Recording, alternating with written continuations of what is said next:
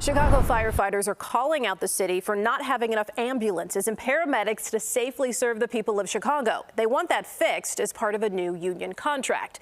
And they're planning to protest at both the NASCAR street race and Democratic National Convention. CBS 2 investigator Dave Savini reveals why their fight is tied to 911 calls for help. Anyone else available for assignment? Anyone go citywide? Anyone available? There are days where the alarm office is saying, is there an ambulance available? Is anybody available? It's in the entire city. And in the meantime, they're calling on the engines and trucks to report to those scenes until an ambulance can get there.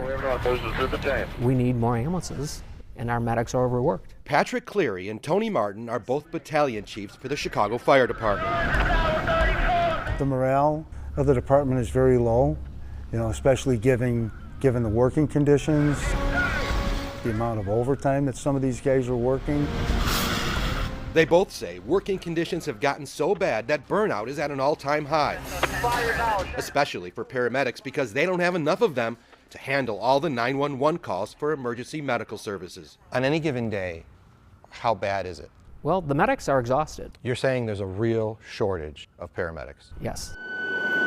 Any available ambulance? Anybody available? Hiring more paramedics needs to be a priority, they say, and they want a promise from the city written into a new union contract they are demanding, along with pay raises, because salaries have been frozen since 2021, making it even harder to find new recruits to join the department. We're not able to replace the medics as quickly as they're leaving the department. They and their fellow firefighters are planning to march in protest down Michigan Avenue during the upcoming NASCAR event. They also plan to march in protest at the Democratic National Convention. I mean, it's not something that we look forward to, but I think it's something at this point in time, I think we have to do. In 2023, they say paramedics worked nearly 230,000 hours of overtime just to be able to staff the city's 80 ambulances, and they are on the same pace for 2024. How bad is the burnout right now? I think it's terrible. Some of our medics are running 20, 25 runs a day. Talk to the medics. They'll tell you. Look at a medic when they're on a run. They're on their 20th run for the day, and it's 2 in the morning. You're exhausted, no sleep. They go home for a day and come right back to the firehouse again. They say as a policy, the fire department will send a fire truck or a fire engine to a medical emergency if there is no ambulance available.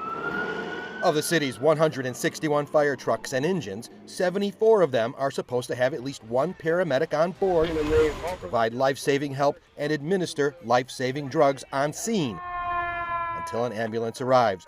But there is a shortage, they say, in paramedics. The city often does not have any available. Records reveal on June 16th, there were 12 fire trucks and engines that were supposed to have paramedics on board, but did not. They call that a downgrade. Downgrades. Downgrades. So when there's a downgrade, what does that mean?